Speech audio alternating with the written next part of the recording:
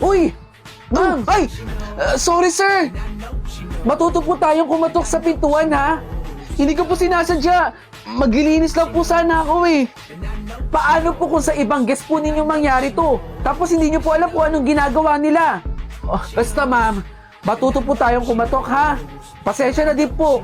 Lumabas na kasi ako saglit, eh. Nakalimutan ko pong ilak. Pasensya na po talaga. Wala po yun. Sige, ma'am. Palinis na po dito. Yung CR po pala, ma'am. Medyo barado yung CR, eh. Salamat po. Ayusin ko po yung CR ninyo. Pasensya na po, ah. Wala yun, ma'am. Oh, late na ako. Ma'am, pasensya na po, ah. Bukas naman yung pinto doon, tsaka medyo madumi lang yung higaan. Pakilinis na lang po. Anong oras na rin po kasi? Nagmamadali na po ako para sa trabaho. Alam niyo naman, may buhay pamilya. Sige, sir. Ako na pong bahala dun sa kwarto ninyo. Salamat, mama. Ako na bahala sa'yo. Paayos na lang po dun. Anak ka ni sir? Uy, alam mo ba? Napakaswerte mo dun sa tatay mo. Yung tatay mo kasi sobrang bait, eh. Kapag tumanda ang tatay mo, alagaan mo, ha?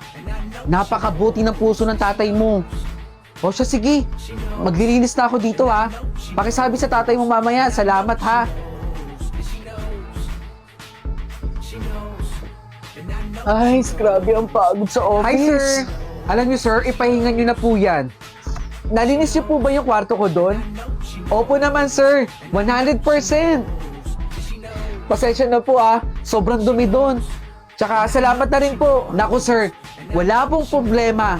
Dahil trabaho po namin yun. Napakaswerte ng anak ninyo sa inyo. Yung anak ko po, sobrang bait po nun. Maasahan sa lahat ng bagay yun. At saka, masunurin. Kaya nga lagi may reward sa akin yun, eh. Ay, ma'am, sa'yo na lang, oh. May extra drinks pa ako dito. Sir, nag-abala ka pa. Bilang pasasalamat ko po sa paglinis niyo sa kwarto ko kanina. Salamat, sir. Baka bukas umuwi na rin. Sige na po, magpahinga na po kayo, sir. Sige po, magpapahinga na po ako. Grabe ang pagod. Uy, sir, uwi na po kayo? Opo, ma'am. Uwi na po ako pagkatapos ng 3 araw na pag-stay ko dito sa hotel.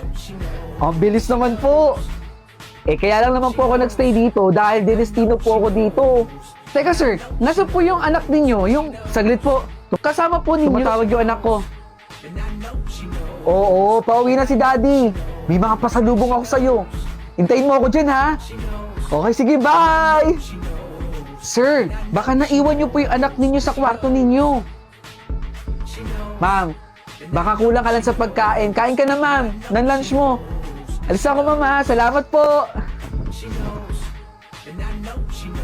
Bakit hindi ka nagsabi na uuwi ka? Ginulot mo kaming lahat dito. Nak, kinakausap kita. Ano nangyari sa'yo? Bakit bigla kang umuwi? Talagang sinupresa mo kami, ha? Tara na. Tulungan na kita dyan sa maleta mo. Tara, dali. Pumasok ka dito sa bahay natin. Ito, ito yung pinatayo mo, anak. Salamat, ha? Salamat sa tulong mo, anak. Tara, pasok tayo. Ito yung binigay mo sa amin. Mika, anak. Ma, ano ba tinatayo-tayo mo dyan? Bakit hindi mo na lang ko tulungan pagandaan ng pagkain yung kuya mo? Kesa nakatulala ka dyan, tulungan mo ko. Hindi ka ba natutuwa na dumating na siya galing sa ibang bansa? Ang tagal natin siyang inantay. Kaya sana, anak, tulungan mo naman ako paghandaan yung kuya mo. Para sa ganitong paraan, nakatulong tayo sa kanya. Tara na. Mika, huwag ka nang tulala dyan. Opo, ma. Opo. Tutulong na po ako. Tara na at simulan na natin to. Para makakain na tayo. Ito na yung plato, anak ko. Tutulog na ako. Mika, anak, pwede bang pakihatid to sa kuya mo? Ha? Yung paborito niyang pantulog, oh. Si kuya na naman. Nung mga bata kayo, ito yung hilig suotin ng kuya mo. At mukhang kasya naman sa kanya to, eh. Ang ganda, diba? Masarap kasing gamitin to pag natutulog. Komportable. Kaya siguro nagustuhan dito ng kuya mo, eh. Ibigay mo sa kanya to, ha? Sabihin mo, pantulog niya to.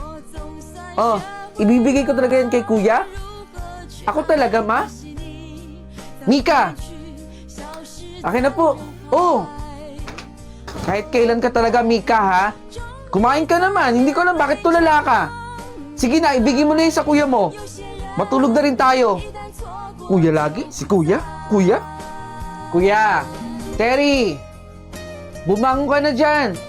Anong oras na, oh? Kakain pa tayo dito. Kuya! Asan siya? Mika, nakita mo ba yung kuya mo? Ma, hindi ka naman ba nakainom ng gamot mo? Anong gamot? Anong gamot sinasabi mo, ha? Hindi kita maintindihan, Mika. Ma, ilang taon na pong patay si kuya. Nadamay siya dun sa gera. Doon sa bansa kung saan siya nagtatrabaho. Anong sinasabi mong wala na yung kuya mo? Simula ngayon, ma, ako na ang maghahawak ng gamot mo.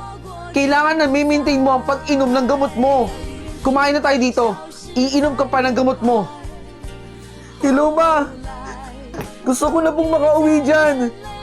Nagkakagulo po dito sa bansa kung saan ako nagtatrabaho. Ma!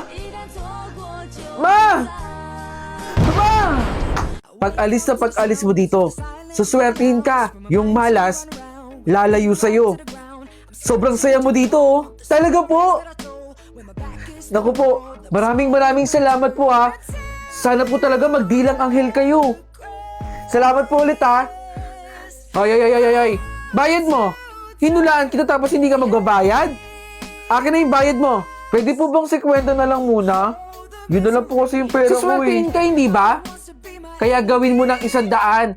I-advance mo na yung swerte mo sa akin. Bayad mo. Ito po, oh. Yan, 100 dapat. Suswertihin ka, eh. Alam mo naman yung malas, lalayo sa'yo, eh. Bye! Next! Hala, yung lalaki, nasa gasaan! Kamalas-malas naman yan! Magkakais pa kayo ng asawa mo. Pag-uwi mo, merong nakareding pagkain doon para suyuin ka ng asawa mo. Talaga po? Totoo po ba talaga yan? O baka eme-eme nyo lang po? Oo. Ito yung nakikita ko sa palad mo, eh. Naku, sana nga po, ha. Sana totoo to. Huwag po kayo nagpapaniwala dyan. Hindi po yan totoo. Peking mangungula lang Hoy, yan. doon ka nga. Kung ano-ano mga pinagsasabi mo sa kliyente ko. Bakit? Totoo naman, di ba? Huwag ka pong maniwala dyan. Hindi natupad yung mga hula sa kanya, eh. Doon, oh. Doon siya nagpapahula sa kabila, eh. Bayad mo, ma'am. Eto, sige. Bayad ko. Salamat, ma'am. Naku, umuwi ka na, ma'am. Excited na yung asawa mong makita ka. Hindi naman talaga totoo yung manghuhula na yun eh. Ingat po kayo, ma'am. Sir, ingat po. Hoy, ating manluloko. Di ba kayo nanghula sa akin? Ang sabi mo, tataas na yung grades ko. Pero hindi naman nagkatotoo. Bago ka manise, dapat sisihin mo yung sarili mo muna. Umaasa ka sa aming mga manghuhula. Eh di ba dapat nag-aaral kang mabuti para tumaas yung grades mo? Naku naman bata, pagagalitan ka pa ng magulang mo. Umalis ka na rito kung ayaw mong bitbitin kita sa barangay. Sinisira mo ang trabaho ko. Hindi pa tayo tapos, ate, ha? Manluloko ka. Ay, wala ho yun. Makulit lang po talaga yung batang yun. Ipapahula ko lang po sana kung sino yung kumuha ng wallet ko, eh. Akin na yung palad mo. Ito po.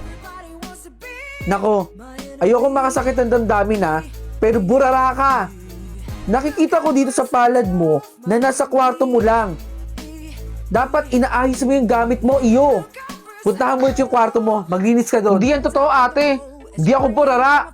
Ang sabihin mo, magnanakaw ka.